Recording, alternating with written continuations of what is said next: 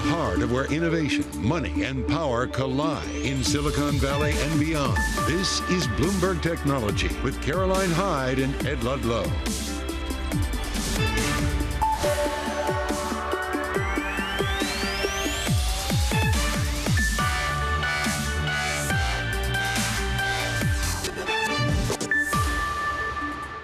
I'm Ed Ludlow in San Francisco. Caroline Hyde off today. This is Bloomberg Technology. Coming up on the program, a warning from the EU to Twitter. Crackdown on disinformation or face the consequences. We bring you our interview with the bloc's internal market commissioner, Thierry Breton.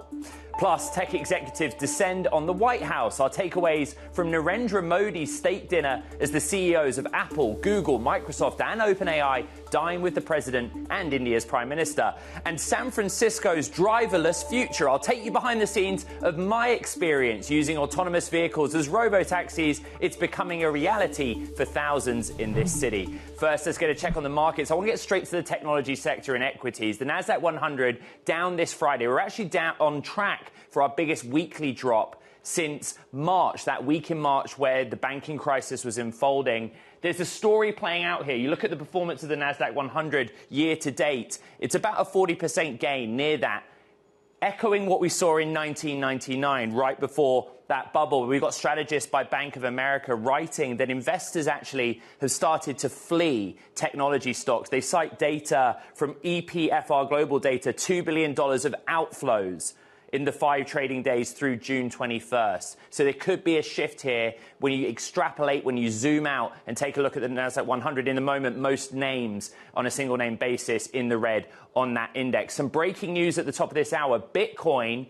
has hit its highest level in 1 year. There has been a lot of momentum, but a sharp gain sees us above $31,100 per token. Go back to June 15th. And that surprise BlackRock filing for a Bitcoin spot exchange ETF. That's what a lot of the story has been about. And it's a remarkable turnaround for what we have seen in this particular digital asset or digital token, but crypto more broadly, given there are a number of structural and industry issues. Very quickly, some names that we're watching. We're going to bring you the details of that meeting between those technology CEOs, President Biden and Narendra Modi, Prime Minister of India. To the downside, we see Apple a little softer, Alphabet off by a percentage point. Tesla actually interesting, down almost 2 percentage points, seeing a pretty marked decline. I think it's on track for its biggest weekly drop in around 6 weeks. And Nikola, interesting news, down 7.6%. The company tweeting about a fire at their facility in Phoenix and saying that they suspect foul play. Bloomberg is investigating that story. From public markets to a name in the private space and technology, Twitter needs to put more resources towards addressing sensitive content ahead of elections if it wants to comply with strict new European regulations ahead of a deadline in August. We discussed the matter with Thierry Breton, the EU's internal market commissioner. Have a listen. He made very clear that he will comply with our regulation and that he believes that DSA is a good regulation. This is what he wants to do. So, again, I proposed to all of them, including Twitter, to run a stress test in their headquarters to make sure that they will understand what they have to do to be ready. He accepted. He's the first one, by the way, to accept it, which is, of course, a good sign. And my team spent 2 days and reviewed many programs they want to put in place. I think it's going in the right direction. And of course, I don't have to comment, but there's some work to be done. But the programs are well identified. Of course, you're mentioning the code of conduct. Code of conduct is something different. Code of conduct is a voluntary code. This is the difference between a law and a voluntary code. I know that when you don't have the time to make a law, you propose a voluntary code. But a voluntary code, per definition, is voluntary. It's not binding. And for this specificity in the digital space, it is important now to have binding rules. It's difficult because, of course, you need as a politician to convince everyone, to convince your House, your Senate. It's complex, but that's the only way to do. And what was your impression of Linda Yaccarino, the new CEO at Twitter? I think she was very engaged. Of course, I understand that it's her first month as here in Twitter as a CEO, but she was really hands-on, and she was attending the meeting, and she gave me the feeling that she's definitely willing to do everything it takes to comply with our rules. That was the European Commission Internal Market Commissioner Thierry Breton. For more, we're joined by Bloomberg's Sarah Fryer, the editor that conducted that interview. And Sarah, let's start with the stress test. You and I have been covering Twitter, the ins and outs, for years. What is a stress test, though? What is a stress test of a social media platform like Twitter? Commissioner Breton told me that he spent the last couple of days, and his team as well, looking through and seeing what actually does Twitter have built into its systems to comply with the rules that will go into effect in August on disinformation, on harmful content. And Twitter does not currently do that, by the way, and that doesn't matter to Breton. He says, I asked him, do you actually trust that, given how they've been so permissive of certain kinds of content since Musk's takeover, do you actually trust that he's going to follow through with this? They have declined to comply with the voluntary disinformation code, as he was talking about. And he says, you know what, I don't have to trust. I just need them to be ready to follow the law when it goes into effect. That's all that matters. So basically his message is, if they don't comply with this law, they don't get access to the EU market. And he thinks that that will be a big enough incentive, not just for Twitter, but for Meta, for the other social media companies that will be affected, to follow through on what he is coming here to San Francisco to say is going to be important. Sarah, my understanding is the commissioner has been pretty busy while he's been out here in the Bay Area, taking other meetings with other technology names. He's meeting today with Sam Altman of OpenAI. He's meeting Mark Zuckerberg of Meta and Jensen Huang of NVIDIA.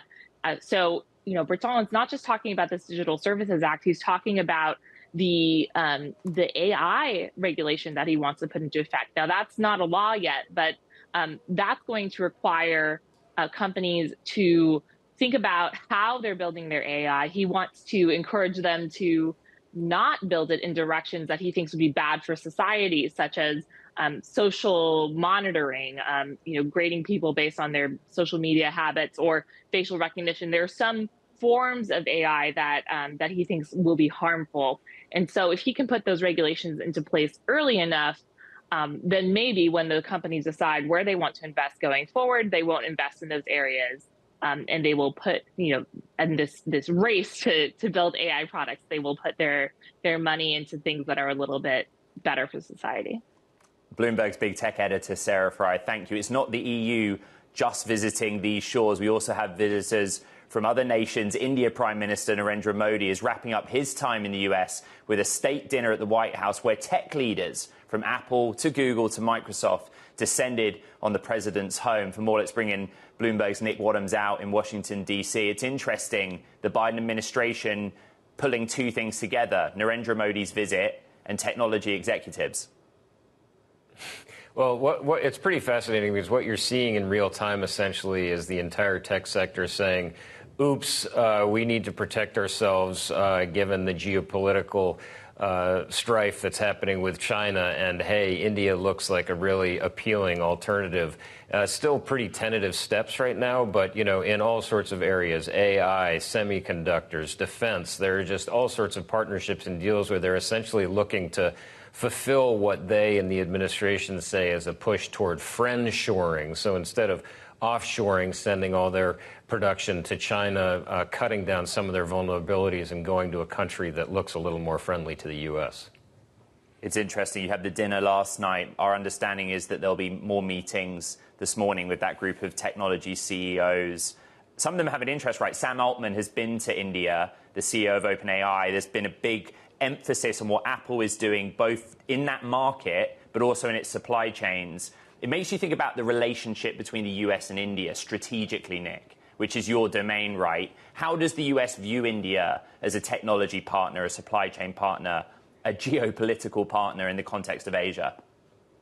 Well, it's really confusing, and in some ways the ground is really shifting, because for a while the U.S. has wanted to approach India as much more of a strategic partner, partly as a counterbalance to China. But on the other hand, in a lot of ways, India has not necessarily been willing to play ball. So they're not willing to just say, hey, we're going to form some big strategic alliance with the United States.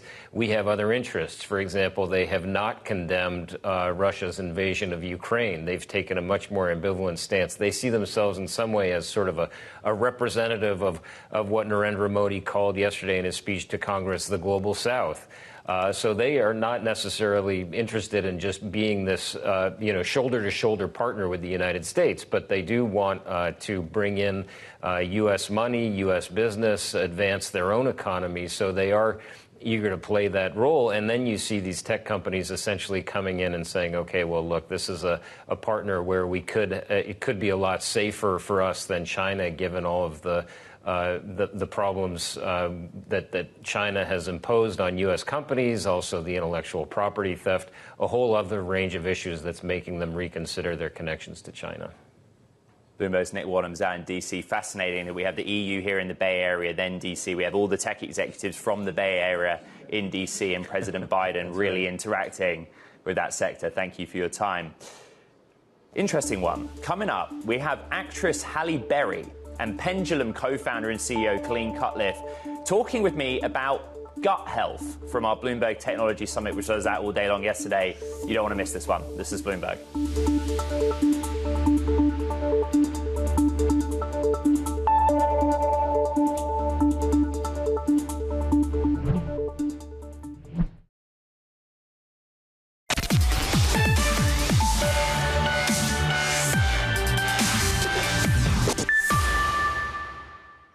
Pendulum Therapeutics is a biotech company specializing in metabolic health through its microbiome-targeted products.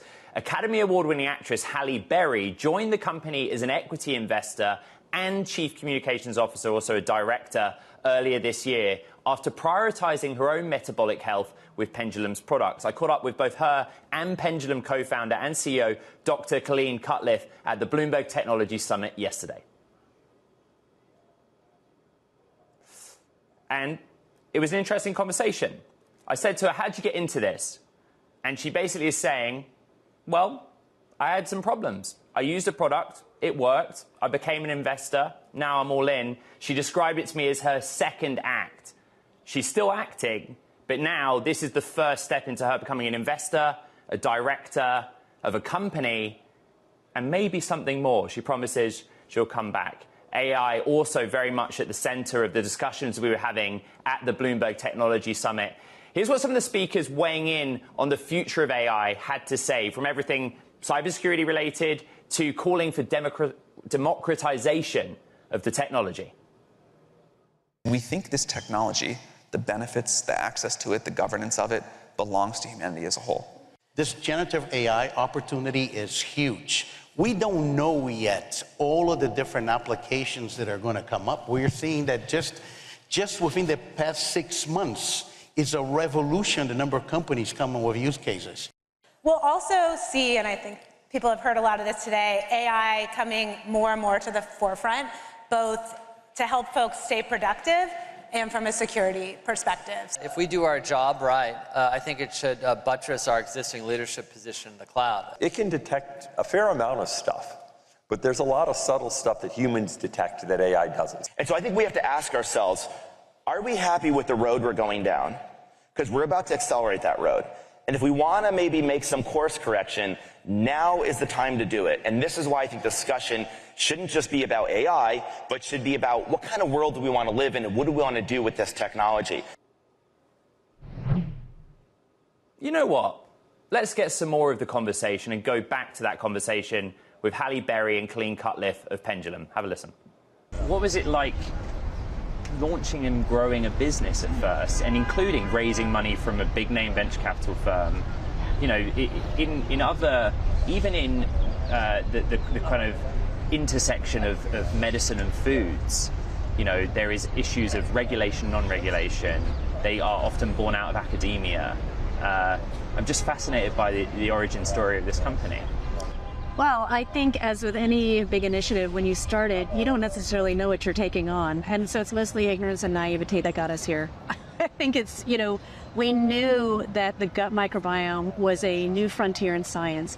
Our first investors were not any VCs. It was the Mayo Clinic, because they agreed there's something really interesting about the gut and how we can tackle diseases around that. And that was it. It was a very simple premise. The gut microbiome is an entirely new organ that has never been targeted before that can help people with a myriad of diseases. And from there, we stepped forward. And I think when you have a vision like that about looking at kind of shelves of probiotics and saying, we're not even in there. We're really a technology-based company using DNA sequencing and metabolic maps and, you know, this high-end manufacturing that nobody else in the world is doing to create these products. We ended up attracting the kind of investors that like to see world-changing and category-creating products. And we attract the kind of talent that wants to get involved in something that they've seen that's different than anything else they've experienced. And so we've been very fortunate in that it seemed from a science standpoint there was an obvious opportunity, and all along the way we've just been surrounded by amazing people who see that vision too. Part of your role is, you know, thinking about future investors, but also growing the brand. It's a consumer product, right? So scale it for me. Tell me how you take the message out there, but then get it in more lanes for sale, in more consumers' stomachs.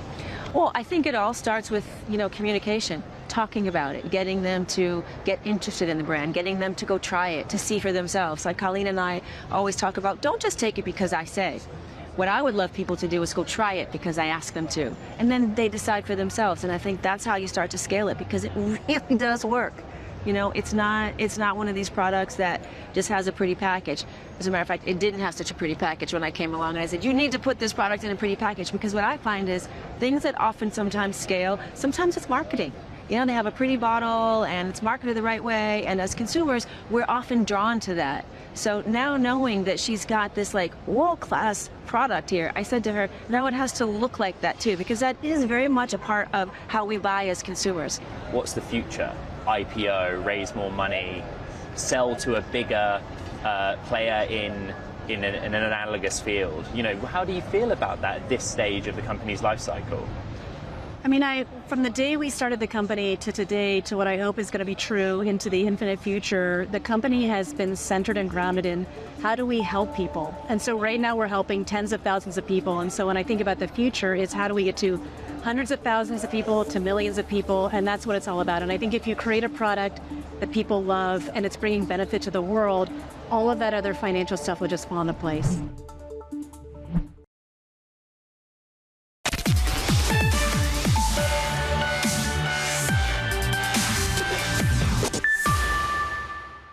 Cloud computing firm Fastly holding its annual investor day, with the company projecting up to $900 million in 2026 revenue. For more, we're joined by Fastly's CEO, Todd Nightingale, who joined the company last September. We're going to go into some of what you discussed, but there's only one question.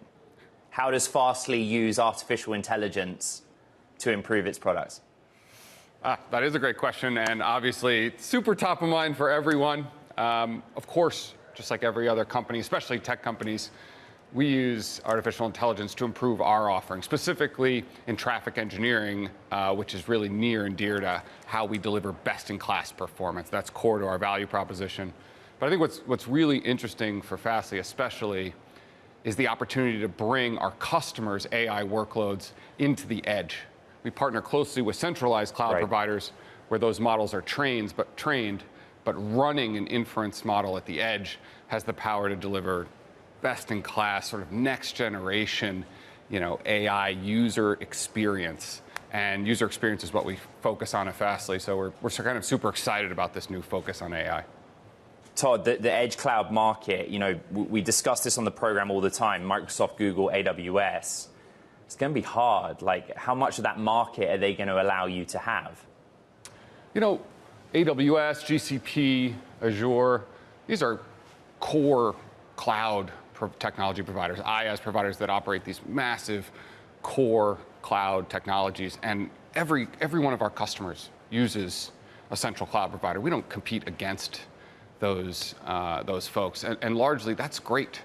We believe deeply, and our customers believe deeply in a multi-cloud architecture where they use those resources in the core and they leverage the edge cloud for super low latency experiences to drive content where the user experience, the speed, the performance is important. That's why Fastly is focused on fast, safe, and engaging end user experiences.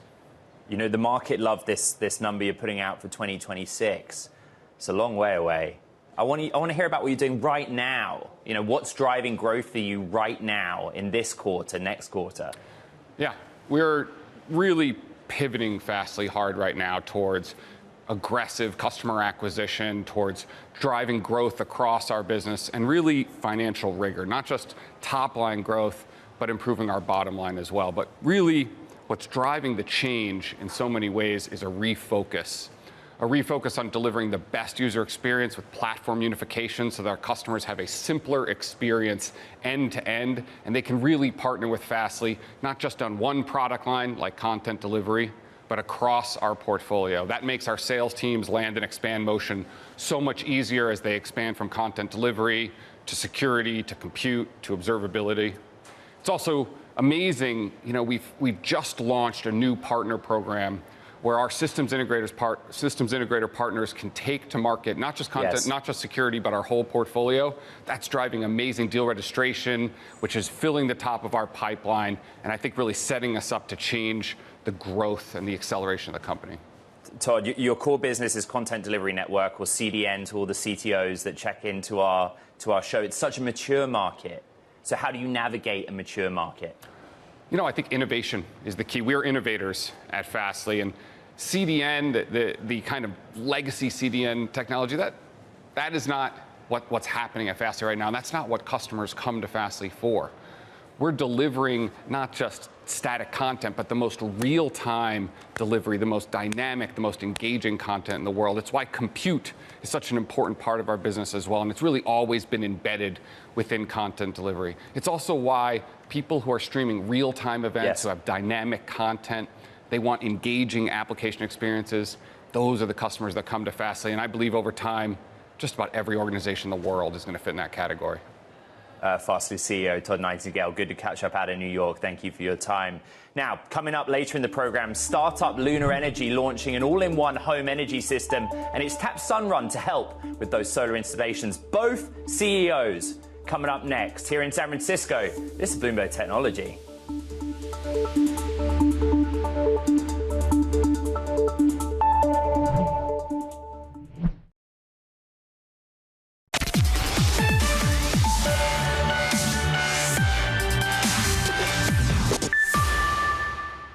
Welcome back to Bloomberg Technology. I'm Ed Ludlow here in San Francisco. Going to get a quick check on the markets. The story of Friday, tech lower. Look at the NASDAQ 100 off by 0.7%. As an index, it's on track for its biggest decline on a weekly basis since March when we had the banking crisis. But a lot of writing about how investors are pulling out of the technology sector. Look at the run up in that index year to date and the worries about what we saw in parallel with 1999. That's the narrative. Semiconductors also underperforming, down 1.8% on the stocks as yields come a little low. We're moving into bonds, right? 3.74% on the US 10-year. As we reported at the top of the show, and this is breaking news, Bitcoin now trading at its highest level in 1 year, almost 31,000 US dollars per token. A lot of that related to momentum in the ETF space and what BlackRock did in the June 15th filing. In terms of the single name movers, there is some news flow element to what's happening. But I'm taking a look at Tesla, down 1.43% on the day. It's on track for its biggest weekly drop, I think, in 6 weeks. A lot of emphasis has been pulling back on the momentum in the AI context, because that name was caught up in the rally, and also that it's coming off some significant highs. Less focused, though, on its energy business. And that's what I want to talk about a little bit. When Tesla's former head of energy founded startup Lunar Energy, he set out to bring sustainability and convenience to the average US household. Now, the company is launching its first product, an all-in-one home energy system, and it's tapped Sunrun to help with the solar panel installations. Joining us for more details on how this system works is Lunar Energy CEO Kunal Girotra and Mary Powell, the CEO of Sunrun. 2 for 1, both CEOs at the same time. Let me ask you this to start, Kunal. Why did you need Sunrun to make this happen? First of all, thank you for having me on the show, Ed. It's a great opportunity. You know, Sunrun's the largest solar installer in the country, and you know, renewable energy is on the rise, and the future, solar doesn't shine at night, so you need batteries to help with the transition from solar energy to battery energy. For me, it's also a technology question, right? So let's reflect on Tesla. Tesla's doing everything: energy storage, solar. Was there a temptation to go down that route yourself? Yeah, so there are 75 million homes in the country, Ed, and only 4 million have solar. And 250,000 of those have home batteries. If you want to decarbonize homes, which emit 20% of greenhouse gas emissions, we need every home in the country to have solar and battery. And these products are not there today where they're plug and play, and they should be like consumer products. So Lunar Energy has designed systems from the ground up to make every home go solar and battery in a very easy and seamless manner, such that, you know, consumers want affordable, clean energy.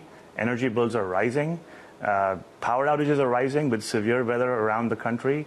So consumers have spoken. They want simple, affordable, clean energy. And Lunar's first system, an all-in-one integrated solar battery load control system, allows every homeowner in California and the rest of the country to avail this service. And we're excited to partner with Sunrun, who's going to be our first installation partner, to install and bring these products to the masses in the country. Mary, welcome to the program, CEO of Sunrun. From your perspective, how does it help you? You know, going to customers and saying, well, we'll give you the solar, but have you checked out the energy storage solution as well?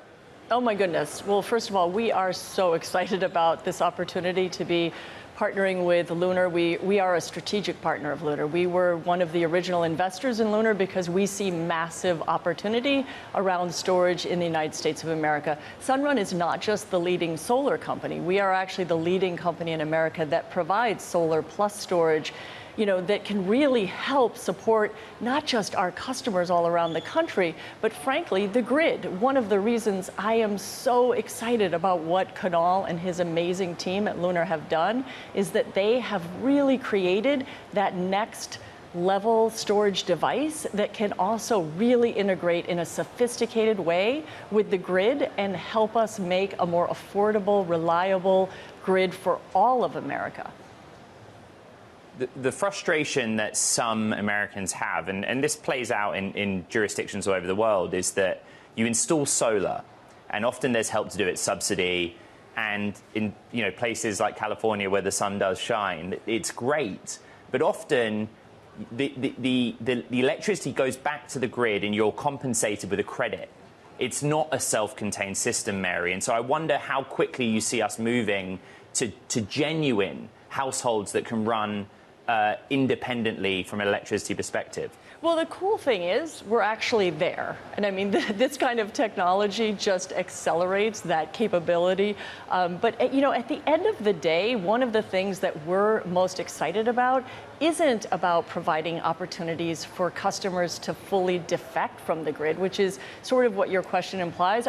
You know, what is way more powerful, and what Kunal and I were able to prove so many years ago in Vermont, is that we can create a more affordable, resilient grid for all of Americans by leveraging the assets on so many roofs around America, by harnessing that solar energy, storing it, and then dispatching it when the grid needs it the most. I mean, look at what's happening in Texas real time right now, and imagine a future as we dramatically accelerate where all of those homes in Texas can be helping to support the grid and make it more affordable and reliable for all. So, you know, Kunal and I go way back innovating in this space. Yes. And, you know, he's just been, just put together an amazing team that is going to really help accelerate this customer-led revolution to a way more affordable, resilient way to power homes and the American grid. Yeah, and just to add to that, imagine a future where you have 1 million homes with home batteries. Each battery is about 10 kilowatts. You suddenly have 10 gigawatts of power available for the grid at any given point of time when the grid needs it. What does that mean for the grid? The grid doesn't need to build dirty fossil fuel-based peaker plants to provide peak energy, which is when energy crisis is the most. So think of solar and home batteries. We're gunning for the future where every home in America has solar and battery and is part of a distributed and decentralized grid. And the technology is there. We need to get the product simple and easy and as fast as possible in consumers' homes. And you'll see that it's a win-win for the planet, it's a win-win for the consumers, and it's win-win for the electric grid. Tesla. Is the market opportunity big enough such that a Lunar Sunrun partnership can grow a business alongside Tesla offering essentially the same thing? I think so. Again, I said there are 75 million homes just in the U.S., and only 4 million have solar, and 250,000 have batteries. And Tesla is a great company. Lunar is going to be great. And I think we need a lot more companies innovating. The reason we started Lunar, Ed, is because 3 years back, I was looking around the space. There were so many companies providing the next best electric car, and very few companies focused on the home. And that's why the opportunity was so great. I think Sunrun's a fantastic partner to start our relationship with, and we'll be enrolling a lot of other partners as we expand in the coming years. All right. Well, thanks to the CEO of Lunar Energy, Kunal Girotra, and the CEO of Sunrun out of New York, Mary Powell. Thank you for your time. Thank you, Ed. All right, so coming up, which companies were really saved after the FDIC stepped in to backstop Silicon Valley Bank's deposits? A new document tells us more about the top 10 customer balances at that failed lender. Plus, our conversation about generative AI's impact on healthcare with Vijay Pandey, general partner at Andreessen Horowitz. I've got to go back to Bitcoin. So we've been talking all throughout Bloomberg Technology. We are at the highest level in around a year on Bitcoin, just below $31,000 per token. As Bloomberg's writing about on theterminalone.com, part of this story is a recovery from the scandals in that industry. Some of it is more short-term momentum. Go back to June 15th and BlackRock's filing on a Bitcoin-related ETF. That seems to be adding some momentum as well. But a pretty sharp jump this morning. We're at $30,890 per token. This is Bloomberg.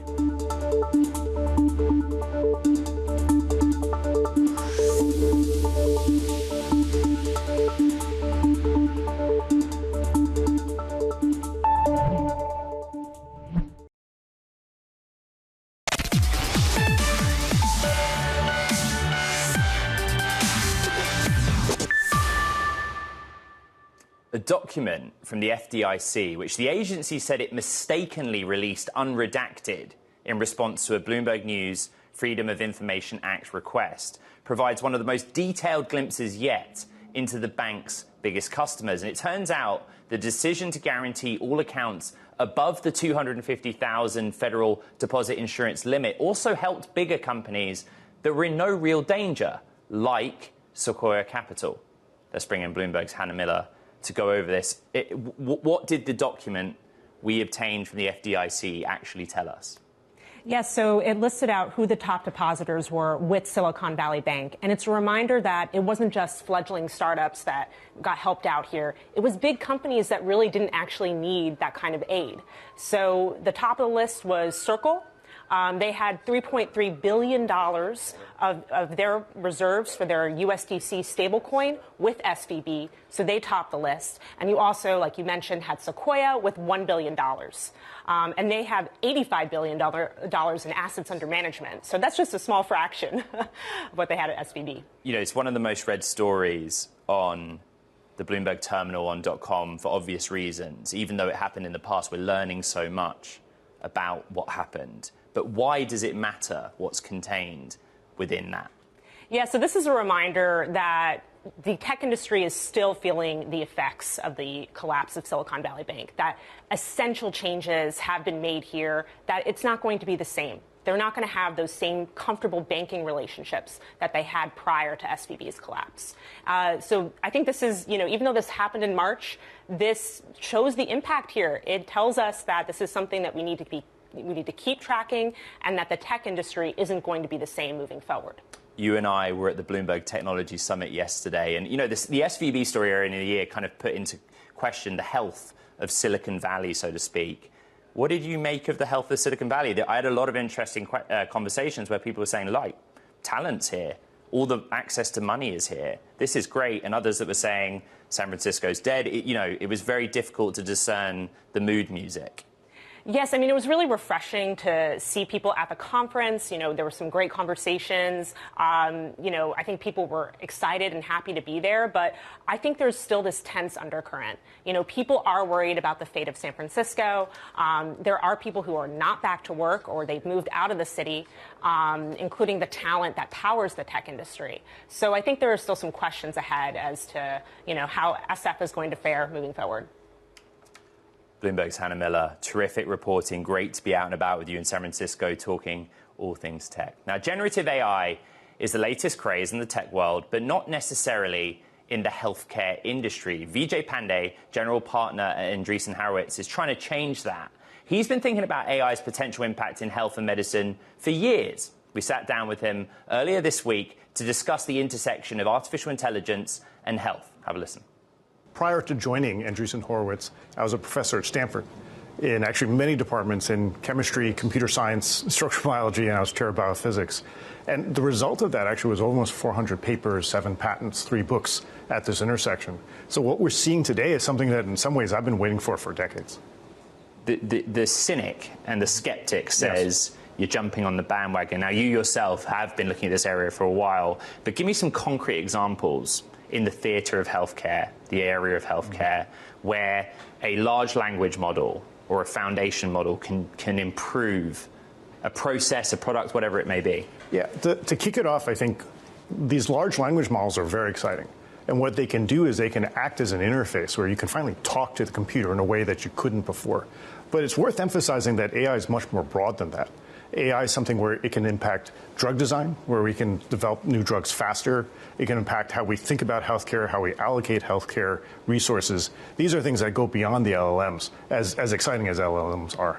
I believe you phrase it as specialist AIs. Yes. But is that going as far as to say an AI doctor?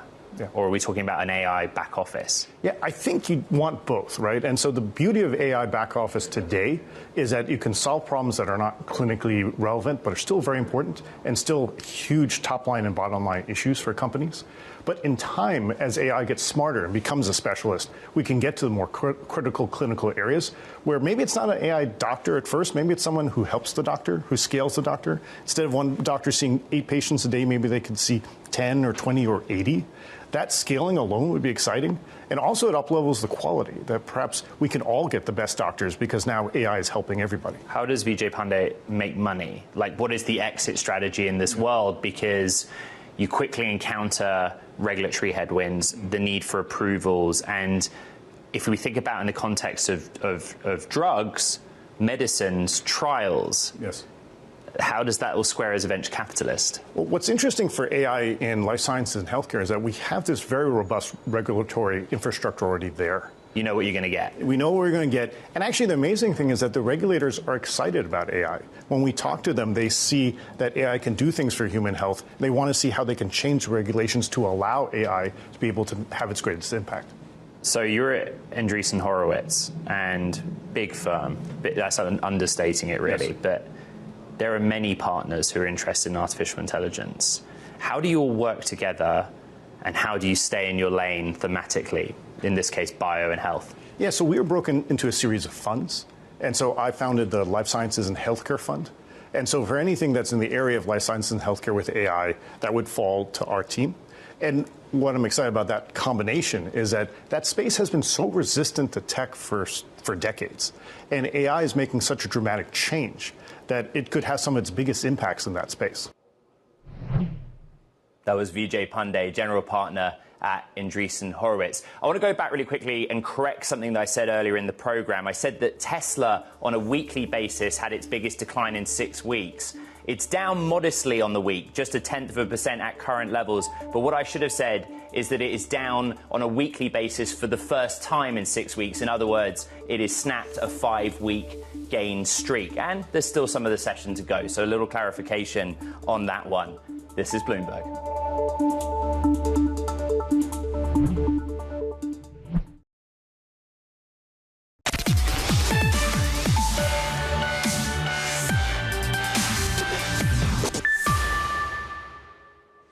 Time for Talking Tech. First up, TikTok's political troubles seemed far away in Cannes.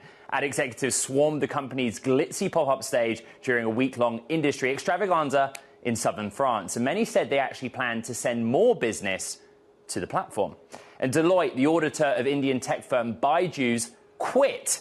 That's according to a letter seen by Bloomberg and confirmed by officials. This is the latest setback for the once high-flying startup that's had its offices searched by anti-money laundering officials and is embroiled in a tussle with creditors over a $1.2 billion loan. Plus, an early morning fire that broke out at Nikola's Phoenix headquarters, affecting several of its battery electric big rigs. More than 50 firefighters were dispatched at the scene. The company, which suspects foul play, said today in a tweet that no one was injured in the blaze and that an investigation is underway after a vehicle was seen in the area of the trucks prior to the incident.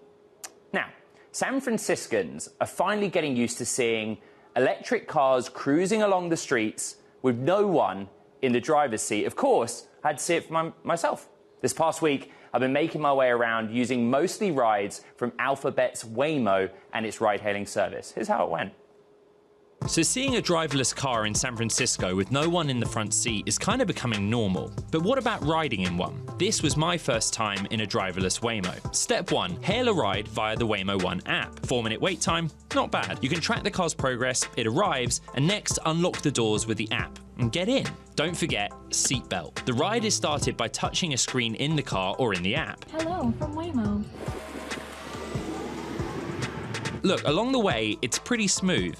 Remember, Cruise is also offering driverless rides in SF, and Bloomberg's Emily Chang has done that. This is actually my very first time without a human driver. Back to Waymo. At times the car plays it safe, it travels below the speed limit, and sometimes it takes unusually wide berths. Sometimes it signals randomly to change lanes, or even tries to change lanes for no clear reason. And a lot of road users around you do get frustrated and honk at the Waymo. But pedestrians don't seem to even notice that no one's in the driver's seat, or they just don't care. So last minute, I get to Ocean Beach and I decide it's too cold, so we change plans, go to the app, let's go to Twin Peaks. Get dropped off. But there's a limitation. Waymo can't go all the way, so it drops me near, and the app tells me how to walk the extra part. Time to go back home. Wait times do vary depending on where you are. Right now, there's no fee in SF, but Waymo shows us what the trip would have cost. Also, doesn't ask for a tip. The service runs 24/7 in SF, where Waymo has around 200 cars, but the wait list for San Francisco, more than 80,000 people.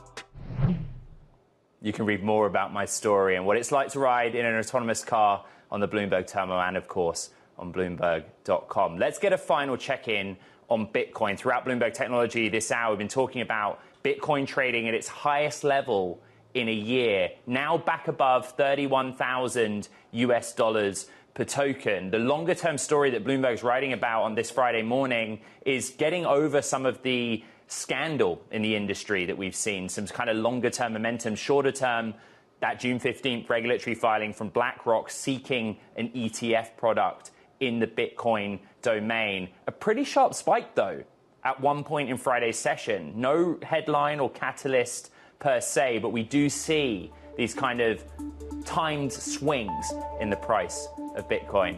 What a week. That does it for this edition of Bloomberg Technology. Don't forget, you can recap everything from this show in our podcast, wherever you get your podcasts. We're on Apple, we're on Spotify, we're on iHeart, and our podcasts, of course, are on Bloomberg.com and the Bloomberg Business app. From San Francisco, this is Bloomberg Technology.